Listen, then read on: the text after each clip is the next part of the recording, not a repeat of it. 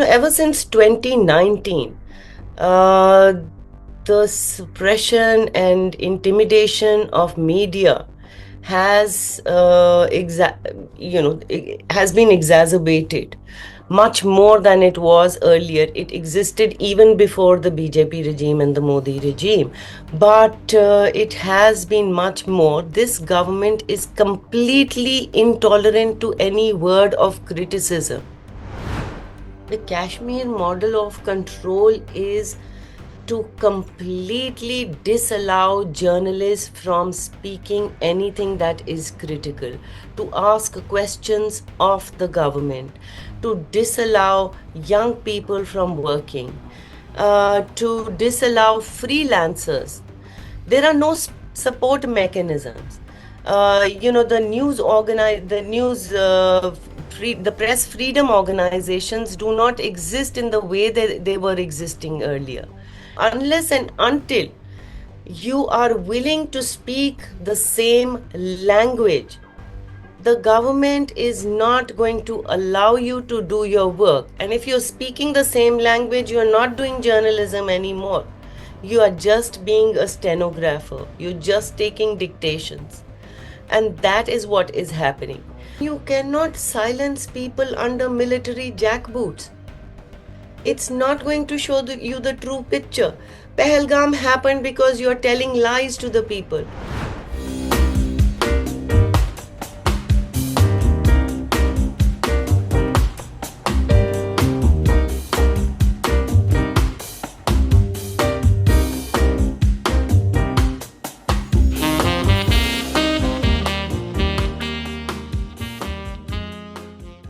Hi, I'm Karan Thapar. Over the last few years, I hope you've been watching my program, The Interview on the Wire. During that period, I've interviewed doctors, politicians, businessmen, scientists, authors, and even the occasional Nobel laureate. For me, it's been exciting. I hope it's been enjoyable for you. But these, as you know, are tough times, and if this program is going to remain bold, independent, and sometimes even defiant, then I think we need your support. At the end of the day, it's a truism, but editorial independence is best defended by the viewers.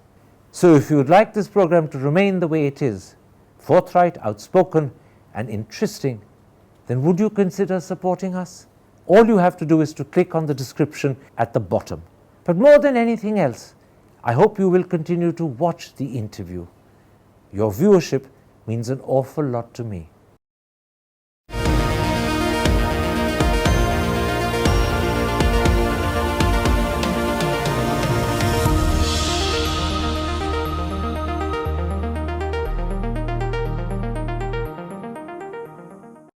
Hello and welcome to a special interview for The Wire. On Thursday, the Special Investigation Agency of the Jammu and Kashmir Police raided the offices of the Kashmir Times in Srinagar. Amongst other things, the paper has been accused of disseminating terrorist and secessionist ideology, spreading inflammatory, fabricated and false narratives, disturbing peace and public order, and challenging the sovereignty and territorial integrity of India. It's also been reported that weapons and arms were found on the newspaper's premises. Now, this is not the first time the Kashmir Times has been raided. That's also happened 5 years ago in 2020. At the time, its executive editor, Anuradha Bhasin, writing in the New York Times, wrote that the raid was punishment for daring to question the policies of Prime Minister Narendra Modi. So today we ask, what is the truth behind Thursday's raid? Joining me is the executive editor of the Kashmir Times, Anuradha Bhasin. Anuradha Bhasin, on Thursday, the Special Investigative Agency of the Jammu and Kashmir Police raided the offices of your paper, the Kashmir Times, in Srinagar. Can you start by telling me what exactly happened on that occasion? You're talking about 2020? No, I'm talking about 2025, Thursday, 3 days ago. Yeah, so much has happened that, there's a lot of jumble. I'm sitting at a distance. I've been out of the country for 3.5 years. And the office has been shut for much longer, 4 years, by which time the Kashmir Times print edition was not being published regularly, just about once or twice a week because we were stubbornly trying to do so. The office was practically shut more than 4 years ago. And ever since, so I really don't know why anyone would want to go and raid a building that is abandoned in shambles. And that kind of shows whatever I have received is through these, the media narrative, the allegations that have come, which are patently false and politically fabricated, and we completely reject these. And naturally, the government has been targeting, as you mentioned earlier, the government has been relentlessly targeting Kashmir Times. Not just since I wrote the New York Times article, that was after Kashmir, they had declared Kashmir Times dead. This was Kashmir Times has been targeted since it started in 1954, and more so in the last 30 years of armed insurgency when it was caught between the two guns. In the last 10 years, it has been much more. But this time, it this kind of a raid, this kind of a narrative building, it just shows their desperation to vilify us because we dare to speak, because we dare to be reborn as a digital format, and at a time when all voices in Jammu and Kashmir have been systemically silenced, and you cannot dare to question anybody. Nobody can dare to speak. When everyone has been effectively silenced, I think they cannot tolerate that somebody is still speaking, somebody is still breathing. As you say, this is a desperate attempt, and I'm quoting you, to vilify your paper because you dare to speak.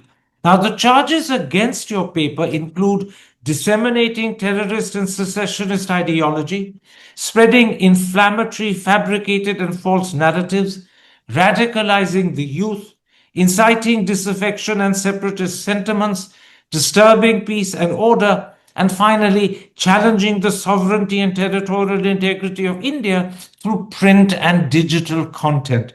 How do you respond to those charges? Absolutely false. Absolutely fabricated.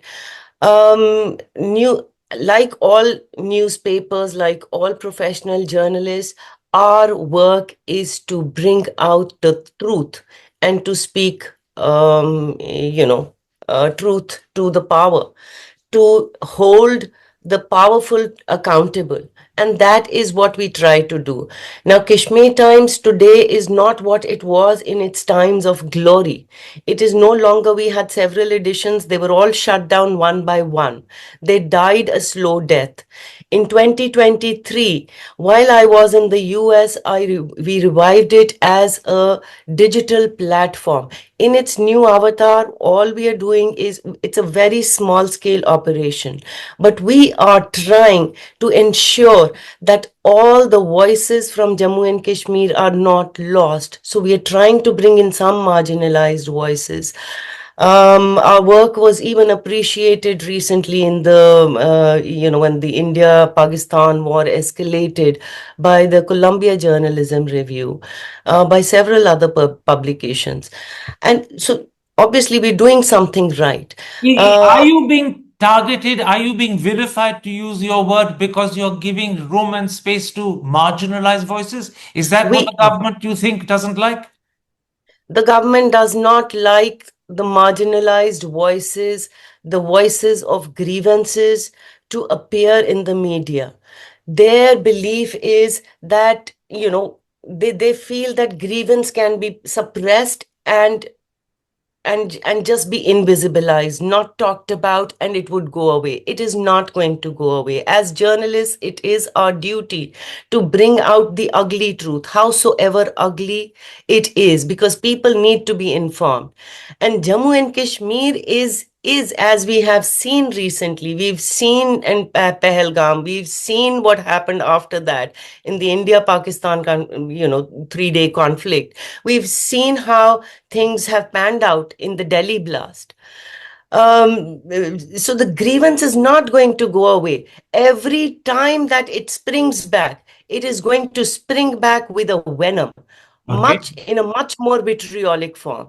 And for us, from this region, journalists from this region, our duty is extremely challenging. I accept what you're saying. On the other hand, it's also been reported in the Indian papers, in the Indian Express in particular, that the SIA found one revolver, 14 cases of an AK series weapon, three live AK rounds, four fired bullets, three grenade safety levers, and three suspected pistol rounds. A, are those reports accurate? And B, if they are, how do you explain these arms and weapons being found in a newspaper office? Look, we don't store in a newspaper office, you don't store arms and ammunition. So I think it's completely fabricated. We work with pens and computers. And this office has been virtually abandoned for the last 4 years. If you see the videos, you can see, and even when we left, we had been financially choked by the government completely, and the building was already in shambles. Now, if you look at it, it looks like ruins.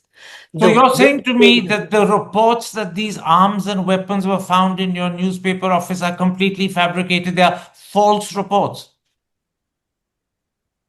Yes, at least till we were there, these kind of things were not stored in our office. What do you And mean till we were there? What does that mean?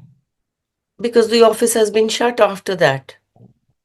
I've been out of the country. I mean, can you even imagine how ridiculous it sounds? So this is a That completely abandoned, shut office. it is a completely abandoned, shut office. Yeah. And no one was working there and is working there at the time. I don't think so. Anybody is working there. There is one person who has the keys who sometimes opens it to get it cleaned or whatever. But So the digital paper that you make is not produced out of this office. we don't have an office.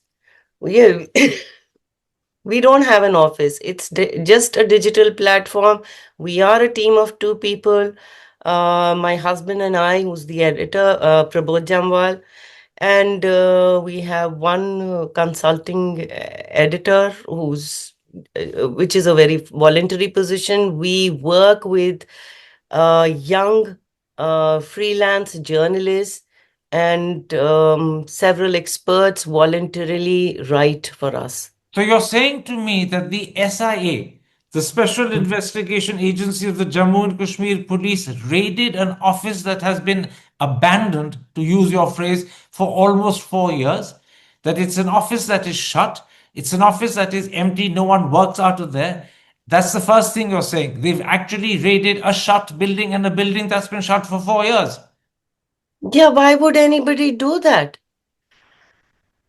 And doesn't it sound ridiculous? I mean, why would we store arms over there? Am I going to use it by remote And from that's this? the second thing you're saying, that this report, that a variety of arms and weapons were found in the office, is completely false and fabricated. It is not true. Look, what they are saying now and trying to build a narrative they've been doing for a long time. So they needed something new. It just shows that there is some desperation on part of the government. They have been trying to link us to militancy. They have been trying to link us to radicalization. They have been, trying to say that we are anti-nationals, we are seditionists. So I think this gives them some kind of they want a new way to present that narrative. You're saying that the claim that these weapons and arms were found in an abandoned office that hasn't been used for 4 years is a false claim, but it's been made because they need a new excuse for carrying out the raid. Is that what you're saying? I I think they want to further scare us into silence. They want to create a chilling impact. And, this is something extremely shocking. And But you deny categorically that these weapons and arms were present in the office. You deny that completely. yeah, Is that a yes? Sorry, forgive me. yes, yes, absolutely. Now, this, of course, Anuradha Bhasin, was not the first time the Kashmir Times office was raided. That also happened on October the 19th, 2020. And in an article that you wrote for the New York Times in 2023, you said that raid was punishment for daring to question the policies of Prime Minister Narendra Modi. Do you believe that's still true that you're being raided a second time last Thursday because you're questioning the government's policies, because you're critical of the regime both in Srinagar and in Delhi? Yes, absolutely. Absolutely.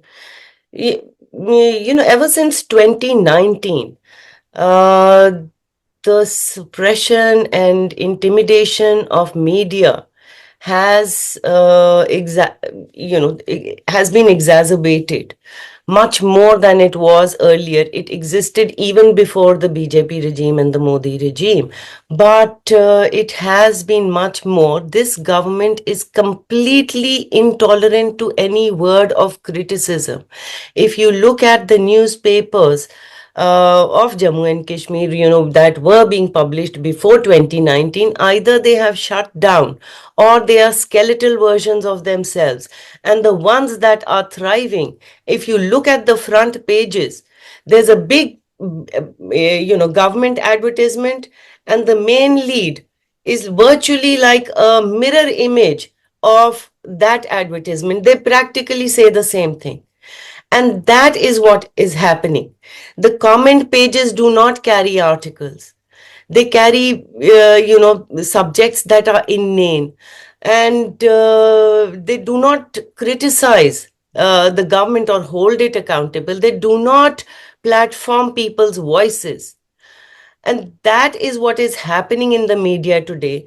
You're Freelance, talking specifically of the media in Kashmir, aren't you?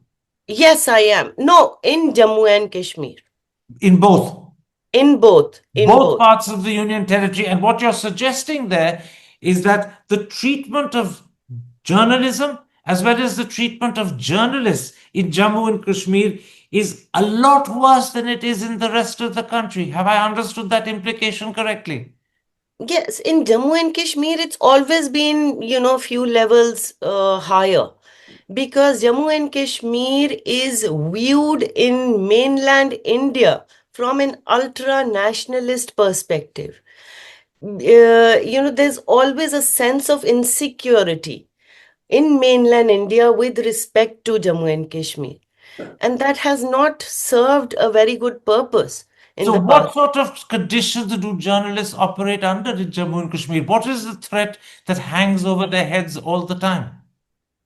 Especially in the, I can speak of, I've heard a few things when my father started the newspaper, and I saw as I grew, in 1954. The first edition of, before he brought out the newspaper, he had another Urdu newspaper, and that was banned under Defense of India rules at that time in 1954. Then the first issue of Kashmir Times, which at that time was a weekly, was seized. These are the kind of actions that have that journalists and newspapers have faced from time to time. Absolutely. There You're was a talking there murderous about the assault on condition my in. father in 1983. I But, remember as a but child. tell He me the condition miraculously. today. Let's not go back into history. What is the Okay, let condition me go today? back to more recent, before, not just 2019. Has to be a context.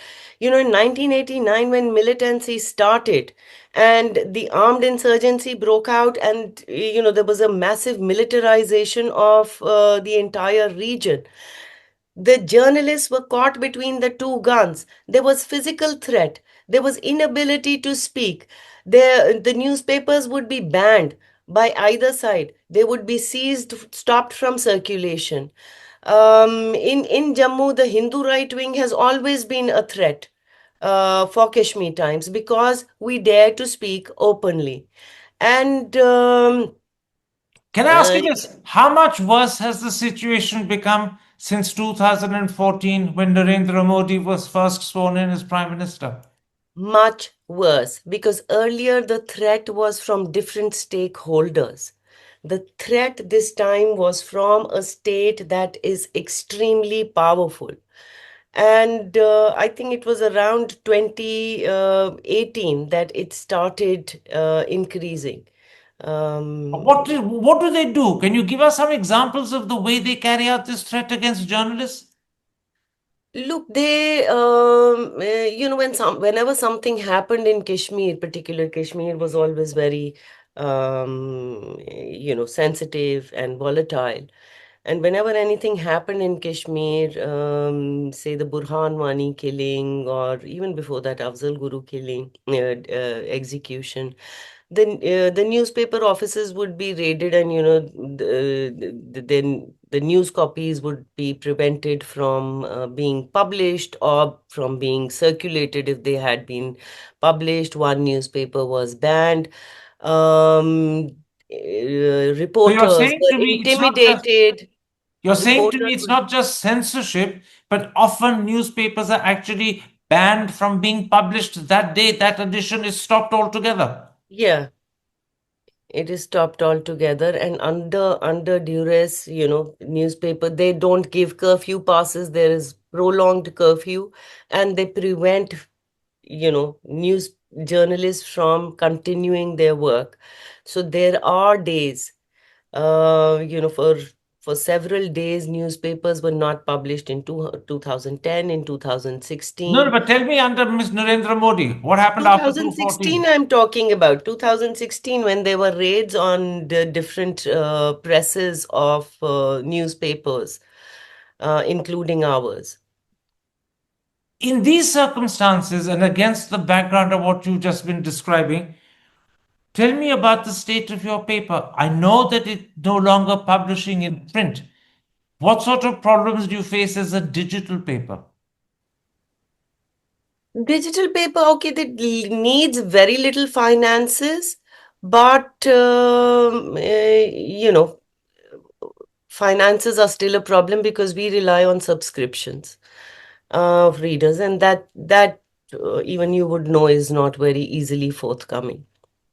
And other than that, I think it is, I'm operating from a distance, and navigating time zones, um, and getting people to speak. I mean, we started in 2023. It took a year for journalists to be confident to work with us. And I'm talking, and I realized that there was a hunger among young journalists to work because there were no platforms. And we provided that hope to them. We provided mentorship. We provided handholding. It took a year to build those networks and those relationships. What sort of Where, thwarting, what sort of action does the government take against you? for what? What sort of obstacles do they put in your way? They put obstacle. They scare people. There is a chilling impact today on journalists. You've arrested several journalists. Okay, some of them are released. There are a handful of journalists who were arrested, but it creates a chilling impact. There are constant raids and verifications of journalists. Recently, there was a policy, very recently, where journalists are now supposed to hand down. There is a 10-point checklist where they are supposed to give to the police their verification data, which includes Aadhaar card, their biometrics, their bank statements, and these are to be regularly verified because the government will verify who a bona fide journalist is. This reminds me of something you wrote in that article you did for the New York Times in 2023. You said, and I'm quoting you, if Mr. Modi succeeds in introducing the Kashmir model of information control to the rest of the country, it won't just be press freedom that is at risk, Indian democracy itself will be at risk. What is the Kashmir model of information control? Can you give us a greater detailed account of this? The Kashmir model of control is to completely disallow journalists from speaking anything that is critical, to ask questions of the government, to disallow young people from working, to disallow freelancers. There are no support mechanisms. The press freedom organizations do not exist in the way they were existing earlier. You had the press club, it was shut down. Now a new that has been replaced by a new press club which has the government patronage. So unless and until you are willing to speak the same language, the government is not going to allow you to do your work. And if you're speaking the same language, you're not doing journalism anymore. You are just being a stenographer. You're just taking dictations. And that is what is happening.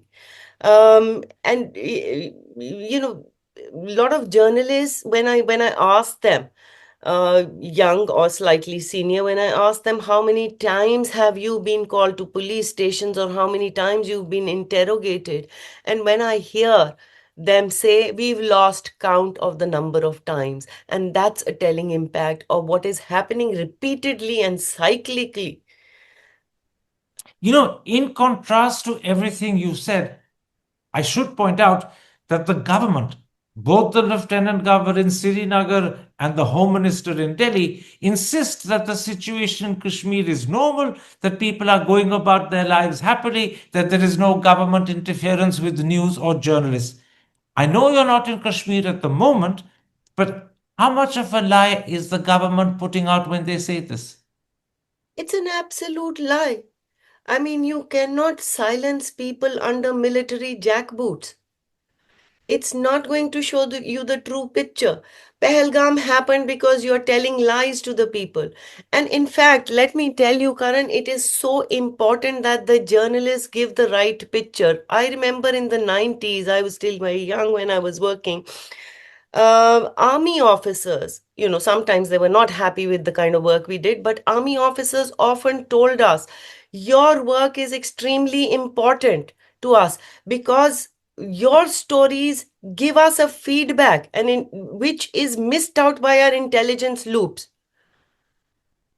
Now that Today feedback is denied to the it system. it they've broken down their own intelligence networks. They have no connect with the masses other than those who agree with them. They have no connect with the masses, so they have no feedback.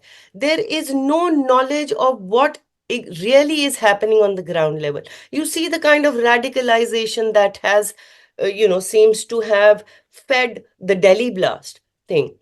And it's it's not, I mean, it's shocking, but at the same time it is not unexpected.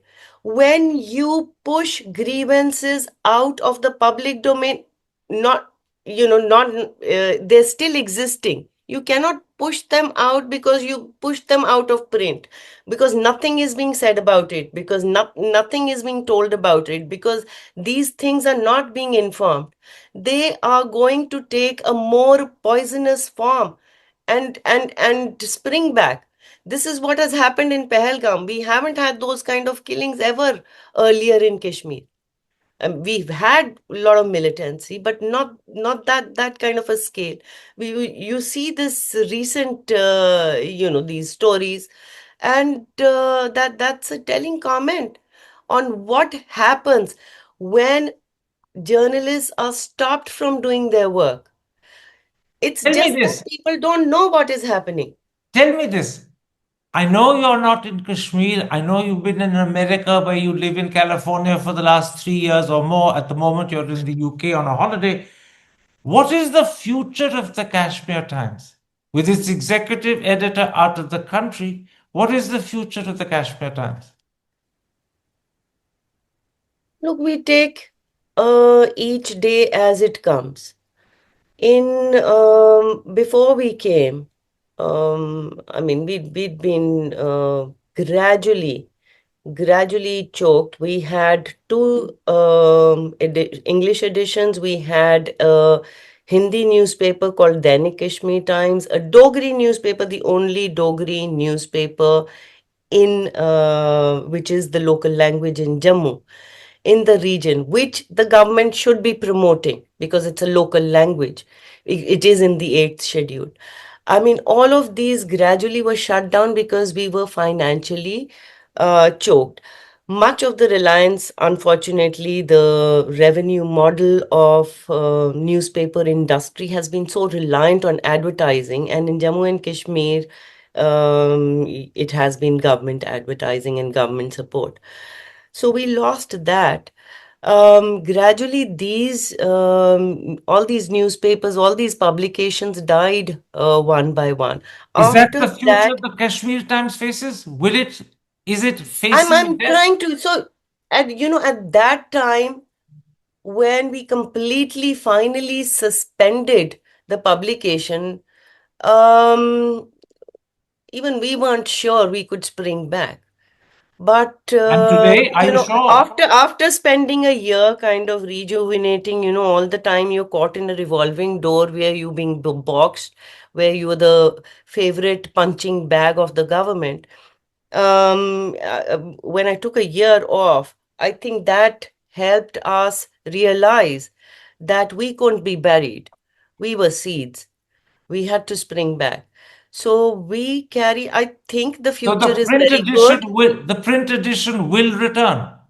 No, the print edition will not return. I mean, let's face it, today's journalism landscape has completely changed. So when you We say we will spring back, in what shape and form will you spring back? we sprung back in the digital format. We revitalized it. It's our new avatar. And what we're doing is very small scale, of work. We bring a few investigative stories in a month, and we're doing comment pieces, say about 2 to 3, or we do podcasts. And yeah, I think the So my future is last very question, good Anurag. because it is getting a lot of traction. It has been received very well. Um, My last question. When will you consider returning back to India, or do you think it's impossible in the present conditions for you to contemplate doing so?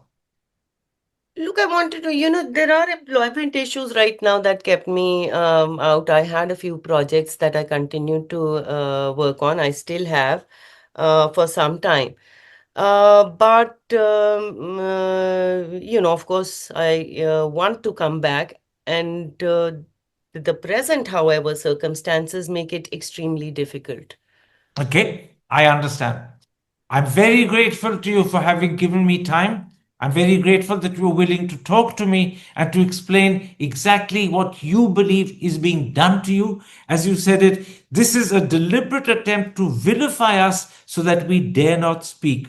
And as you said, the charges brought against you are absolutely false, absolutely fabricated. And the claim that weapons were found, arms were found in the premises of a newspaper that has been effectively shut and abandoned for 4 years, you said is completely fabricated. The office is virtually abandoned. You don't believe this is true. This is a planted false story.